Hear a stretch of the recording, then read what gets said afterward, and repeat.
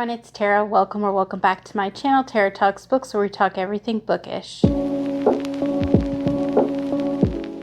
So today I'll be doing my quarterly book haul for April, May, and June. So if you want to see what I ended up getting, just keep watching. So the first one I got is The Nanny by Lana Ferguson. And this one says, a woman discovers the father of the child she is nannying may be her biggest only fan in this steamy contemporary romance. So this one seems good. I do enjoy a nanny single dad sort of romance. So this one should be good. The next one I got is The 7-Year Slip by Ashley Poston. And this one I don't know much about. It says, sometimes the worst day of your life happens and you have to figure out how to live after it. For Clementine West, that means burying her head in her work as a book publicist, being practical, and forgetting the silly things her beloved Aunt Analia taught her, like living wide and chasing the moon. Clementine would rather stay grounded and keep her heart safe. For the last 6 months, she's done just that. But when she moves into her late aunt's apartment and finds a strange man standing in the kitchen, a man with kind eyes, a southern drawl, and a taste for lemon pies, her well-laid plans begin to fall apart, because he's the type of man who, before it all, she would have fallen head over heels for, and she still might, except he exists in the past. 7 years in the past, to be exact. And she, quite literally, lives 7 years in the future. Her aunt always said the apartment was a pinch in time, a place where moments blended like watercolors. She also said that love is never a matter of time, but a matter of timing. And Clementine fears she may be 7 years too late. So this one sounds really good. I know there's that aspect of like magical realism in this one, and I just can't wait to get to it. I've heard so many good things about it. The next one I have is Unsteady by Peyton Corinne, and I believe it's this one. I think this one's hockey and ice skating romance. It says Reese Koteski is back, at least he's supposed to be. During last year's Frozen Four, the Waterfall University hockey captain and NHL legacy took a brutal hit that left him with a concussion and a new discomfort on the ice. Plagued by nightmares and panic attacks every time he attempts to skate, Reese wonders if he'll ever play again or if he'll ever want to. Sadie Brown is staying focused this semester, no matter what, currently drowning in debt, custody hearings for her younger brothers, and skating practices. She's just trying to make it to the next day. A Spitfire figure skater known for her bad attitude and frequent disappearing acts, Sadie has a reputation on campus, and it's not a pretty one. When she accidentally witnesses one of the Golden Boy hockey captain's panic attacks and attempts to help him, a strange sort of understanding strikes up between them. No questions asked, just comfort. But Reese finds himself drawn to Sadie. Where he feels empty, a shell of a man and player he was before, Sadie is so full of everything. It bursts from her. Every emotion she feels seems like it's blasted at max volume. Reese is desperate to feel anything. Sadie wants to stop feeling so much, but healing doesn't mix with secrets, and they're both skating on thin ice. The next one I got is Don't Hex and Drive by Juliet Cross. I know this is the second one in the Stay a Spell series, and honestly, I haven't read any of the other ones, but I believe this is B over at Mama Needs to Read Romance favorite, and so I just picked it up because I feel like I'm going to enjoy it as well. Everybody seems to love this one too. Isadora Savoy is not a people person. Content to remain in the background of the Savoy sister shenanigans, she spends most of her time in the greenhouse or at the local animal shelter using her conduit powers of growth and healing. But when neighborhood girls start disappearing, she's reluctantly roped into the mystery, partnered with a flashy, flirty vampire to find them before it's too late. Devraj Kumar has seen and done it all. 300 years roaming the earth as a Stygorn, a legendary vampire warrior who operates in the shadows, has its perks. But ennui has set in. That is, until he has a run-in, literally, with an intriguing witch while on a new assignment in New Orleans. Fortunately for him, she's been recruited by the Lord of Vampires to assist Devraj on the case. Between a Bollywood marathon, supernatural dating app, secret package, and a sexy driving instruction, Isadora is in over her head.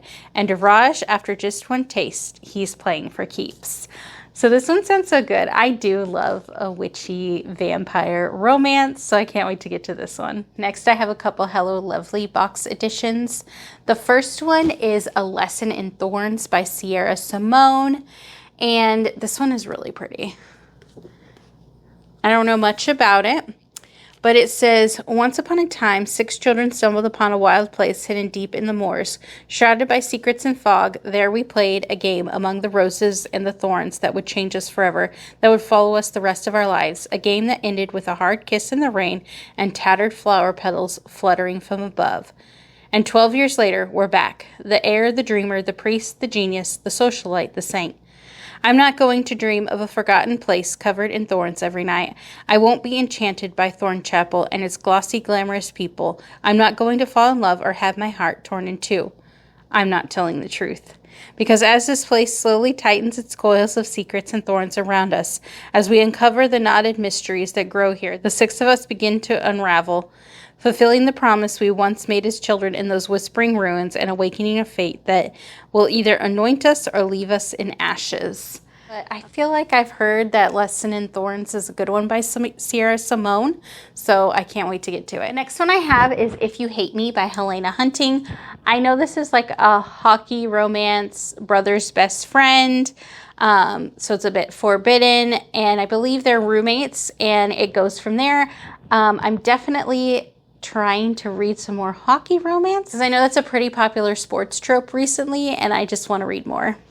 The next 2 are my June Book of the Month picks. I got 2 in June. One was just my regular pick, and then the other one is because I get a free birthday pick. So the first one I got is Just for the Summer by Abby Jimenez. So this one is about Emma and Justin, and I think they meet on like something like Reddit, and both of them feel like they're cursed because the person that they're with recently, they'll break up with, and then they'll go and they'll find the person that they love or will marry. And so they just feel like they're cursed and they're never going to find the one. And so to kind of break that, they decide, well, let's date each other. And it goes from there. So this one sounds really cute, and I can't wait to get to it. The next one I have is The Collective by Allison Galen. And this one is obviously a mystery thriller. So this is like, it follows one mother coming into the group of the other mothers where they are trying to like exact justice that they feel was not given to them. So it definitely seems intriguing, and I can't wait to get to it. The next one I have is a historical romance, and this one is Once Upon a Tower by Eloisa James. And this one has a step back, so let me show you. So pretty. So this is like a Rapunzel retelling. It says, once upon a time, a duke fell in love with a lady in a tower. So that sounds fun, and I can't wait to get to it. The next one I have is The Highwayman by Kerrigan Byrne. And this one was actually sent to me by Crystal from Books Forever After for helping her like co-host in her readathon, which I thought was super kind. So this is actually one I read during the readathon and really enjoyed. And so I added it to like my wish list so I could get a physical copy, and she bought it for me, which is so sweet. So this one follows Dorian. He has a bad reputation. He is known as like a ruthless villain who like takes what he wants by any means necessary. And then he also, it also follows Farah, and Fairleigh Mackenzie is a widow that is actually working in the jail, and he comes across her, and he knows her secret, and he ends up kidnapping her and kind of like going into like a marriage of convenience. He will keep her safe because the people are after her because of her secret, and then he will be able to like exact revenge on the people that, you know, wronged him. But Farah has some terms of her own, and it goes from there. This is a lovely dark, like captive romance that I really just enjoyed. I ended up giving this one a 5-star. And then for my birthday, Crystal also got me The Beast of Bestwick by Amelie Howard. And this one, was really it was really hyped up in the Discord for the Ever After Historical Romance Readathon. And so I really wanted to get this one. And I'm so glad she got it for me. It was so kind of her. And this is like a Beauty and the Beast retelling. And that's really all I need to know because I'm going to read it. And also for my birthday, B from Mama Needs to Read Romance also got me a couple of books from my wish list. And they, I know, are from her favorite author that I've been wanting to read. The first one is The Friend Zone by Abby Jimenez. So this one says, Kristen Peterson doesn't do drama, will fight to the death for her friends, and has no room in her life for guys who just don't get her. She's also keeping a big secret, facing a medically necessary procedure that will make it impossible for her to have children. Planning her best friend's wedding is bittersweet for Kristen, especially when she meets the best man, Josh Copeland. He's funny, sexy, never offended by her mile-wide streak of sarcasm, and always one chicken enchilada ahead of her hangry. Even her dog, Stuntman Mike, adores him. The only catch, Josh wants a big family someday. Kristen knows he'd be better off with someone else, but as their attraction grows, it's harder and harder to keep him at arm's length. I know Abby Jimenez writes emotional romances, and so I can't wait to get to this one. It sounds so good.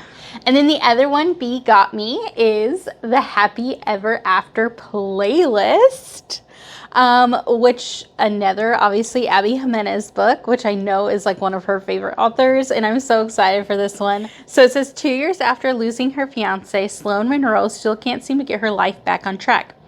But one troublemaking pup with a take-me-home look in his eyes is about to change everything. With her new pet by her side, Sloane finally starts to feel more like herself. Then after weeks of unanswered texts, Tucker's owner reaches out. He's a musician on tour in Australia, and bottom line, he wants Tucker back. Well, Sloane's not about to give up her dog without a fight. But what if this Jason guy really loves Tucker? As their flirty texts turn into long calls, Sloane can't deny a connection. Jason is hot and nice and funny. There's no telling what could happen when they meet in person. The question is, with his music career on the rise, how long will Jason really stick around? And is it possible for Sloane to survive another heartbreak? So that one just sounds so good. I noticed all of her books, or quite a few of her books, have dogs in it. So that's always fun. I can't wait to get to it. And last but certainly not least is actually one that I won from the Sweeney Readers Book Club. They do a raffle at the end of their live show for the book for the following month. And I ended up winning, which is so exciting. I never win anything, and I'm like, yay, I won. So I won Triple Duty Bodyguards by Lily Gold. I know this is a celebrity why choose romance, obviously with bodyguards, and then I believe she's an actress, and I don't know much more than that. Seems fun. I think this will be my first why choose. So thank you, Sweeney Readers, for my book. I'm so excited, and I can't wait to read next month's pick with you all. Hey, so this is Editing Tara, and my Hello Lovely special box ended up coming in right after I filmed my haul. That you will have seen previously, but I ended up ordering the Helena Hunting Hello Lovely box and Jess from Peace Love Books collaboration, and I just wanted to show you what I got from that because I did end up getting it in June. First one I have is Shattered Truth. Look at this book, it's just gorgeous. So this looks like it might be hockey romance, and I believe she's actually the hockey player, so that's going to be fun. The next one is Bitter Sweetheart by Helena Hunting, and this is what the book looks like. And then here is the back. And so this follows Maverick, and he's a hockey player in right before his senior year of college. It's summer. He ends up hooking up with a girl. They go their separate ways. And he ends up seeing her at the campus. And he kind of just avoids her until he realizes that he has a class with her. But she's not just in his class, she's his professor. So this one seems really good. I can't wait to get to it. I do love books with that type of premise. The last one is Little Lies by Helena Hunting. This one's really pretty. I love the books, and it's set in a library. So gorgeous. So this is like best friend's sister. So it's a bit of a forbidden romance. And I believe, yeah, it's like roommates too. Because it looks like she moves in with them. So this one just seems really good. I can't wait to get to it. So those are all the books that I got during this quarter. Let me know if you've read any in the comments below. If you don't feel like commenting anything, go ahead and leave a book stack emoji for me. Like and subscribe if you'd like to. Bye.